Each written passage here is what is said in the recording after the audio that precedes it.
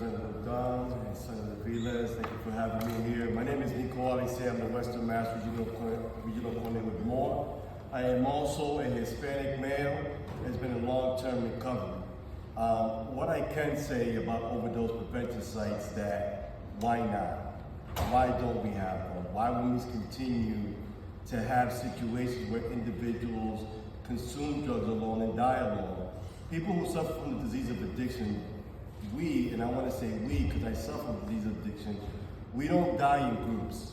We do not die in certain areas. We unfortunately pass away by ourselves.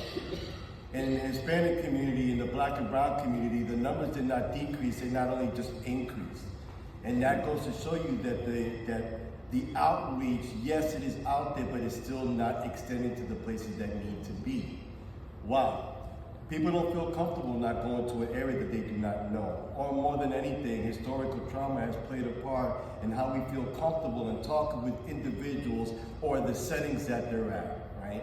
I'm also a recovery coach, so I meet people where they are at. That's exactly what that means. Street outreach teams, that means they meet the people exactly where they're at. And making a place where somebody who yet is not ready to stop consuming or does not know the education needed or know that their service is needed. An overdose prevention center can be the first place that they ever get treatment or the first places that they feel like they're human beings. We've heard people say that bridges were burnt. But just that is that the biggest, most boldest word that still continues to kill the Black and Brown community and people suffering from mental health and addiction is stigma. It's revolved around that.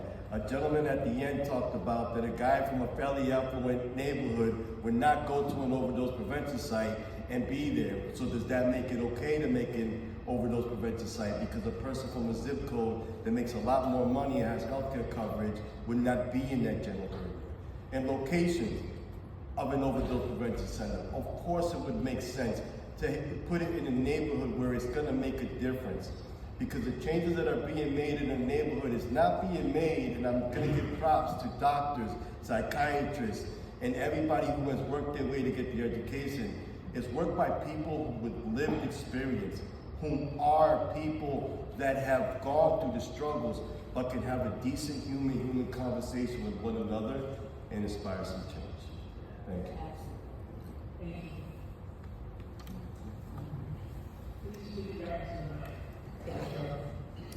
Thank you for having me here. Speaking in front of you today, members of the board. My name is Teresa Butchko. I am here both professionally and personally. I am professionally the assistant director of the Everyday Maryland's Peer Recovery Center here in Worcester, Massachusetts. As we know, Boston has Nancy Cass and Worcester has Queen South. And as a person that has worked in the field since 2017, professionally, I have seen the bridges that need to be built, and one of those bridges is the opioid crisis centers.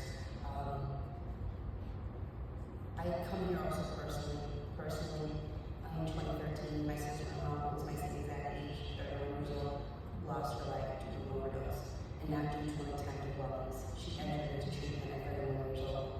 After 7 days of completing treatment, she was sent out into the community where she had no knowledge of, she wasn't from that area.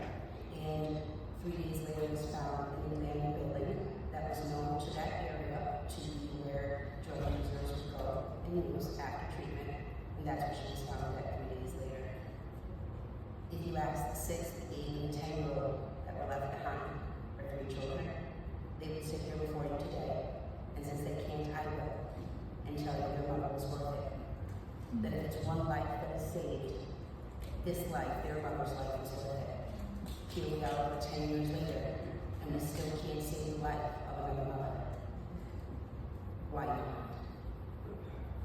Do we wait until there's 3 generations in someone else's family?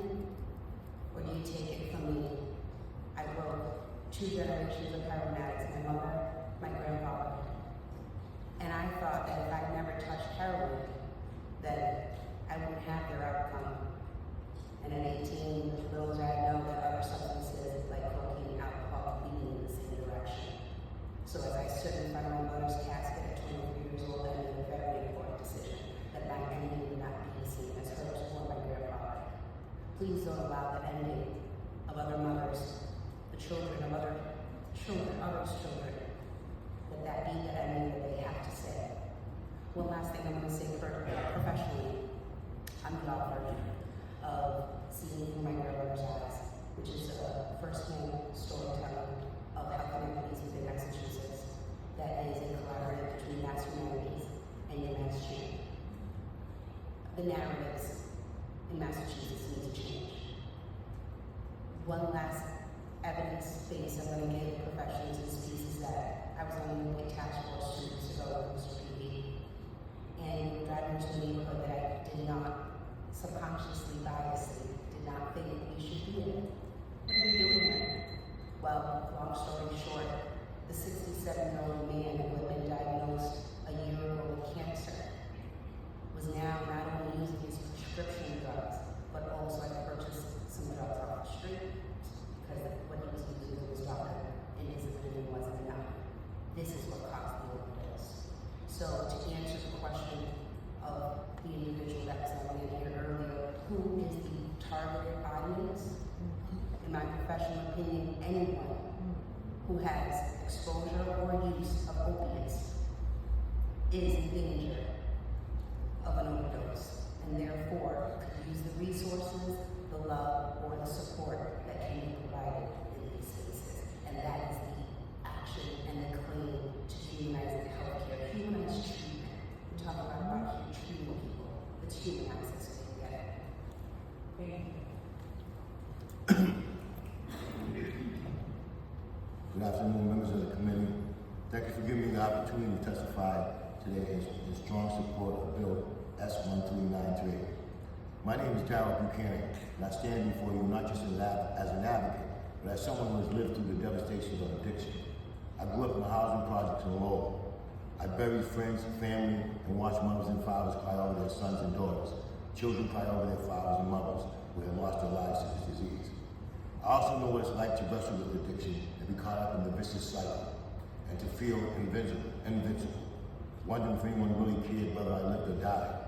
That's why I'm here today, fighting for overdose prevention centers. For me, this is not abstract policy. This is life and death. And when we talk about life and death, we must also talk about justice. This bill matters greatly because OPCs are not just about services, they're about survival. And we have to be honest about whose survival is at stake. My community. Right now, overdose deaths are rising fast among Black and brown communities. Yes, my community. Yet when it comes to proven tools like overdose prevention centers, this debate drags on. Let's be real. If we were white communities leading the overdose death rates, there would be no debate. These centers would be already open, they'd already be funded. There would be no hesitation.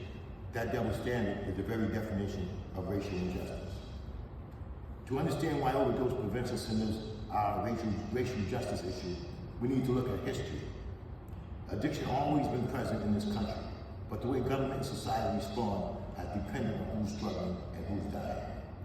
In the 1980s and 90s, when crack cocaine was devastating Black and brown communities, the response wasn't compassion, it wasn't treatment, it was punishment. The war on drugs led to mass incarceration, harsh sentences, laws punishing people for possession and use. Families were torn apart, children placed in foster care, generations were scarred and devastated. Addiction in communities of colors was seen as a crime. Fast forward to today. When opioids hit suburban and rural white communities, suddenly the language shifted. Now we're an epidemic. Now addiction is framed as a disease. Now we focus on treatment, harm reduction, and compassion. And let me be clear, that shift is good, it's progress. But racial justice demands that this compassion and care extend to the Black communities as well. The truth is, OPCs save lives, my people's lives. They prevent overdoses, connect people to treatment, and bring hope and dignity in the darkest moments of addiction. By voting yes, you make the statement that we will no longer continue to criminalize one community's addiction and medicalize another.